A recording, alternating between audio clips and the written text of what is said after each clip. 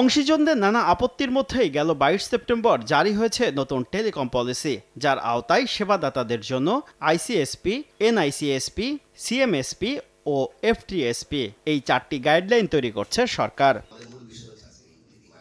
শনিবার রাজধানীতে এক অনুষ্ঠানে এসব গাইডলাইনের নানা ধারা নিয়ে আপত্তি তোলেন দেশীয় উদ্যোক্তারা। তাদের অভিযোগ, নতুন গাইডলাইনে মোবাইল অপারেটররা তারবিহীন ওয়াইফাই সেবা এবং ভবনে ফাইবার কানেক্টিভিটি দেওয়ার সুযোগ পাচ্ছে। 65% বিদেশি মালিকানার টেলিকম প্রতিষ্ঠান ট্রান্সমিশন নেটওয়ার্ক স্থাপনে বিনিয়োগের সুযোগ পাবে।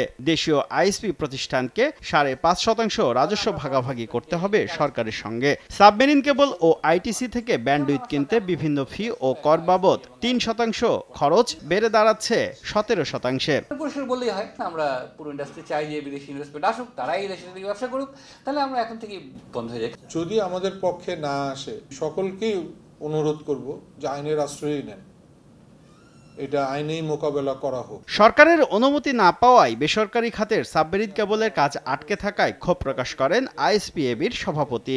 প্রাইভেট সেক্টরে সাবমেরিন কেবল আসলে আপনারা যেটা 50 MBPS 20 MBPS এর প্যাকেজ ইউজ করেন, 100, 200, 500, 1 জিবির প্যাকেজ পাবেন সমমূল্যে। অনুষ্ঠানে টেলিকম খাতের আইজিডব্লিউ, আইসিএক্স, আইটিসি, এনটিটিএন ও আইএসপিএবির নেতারা উপস্থিত ছিলেন।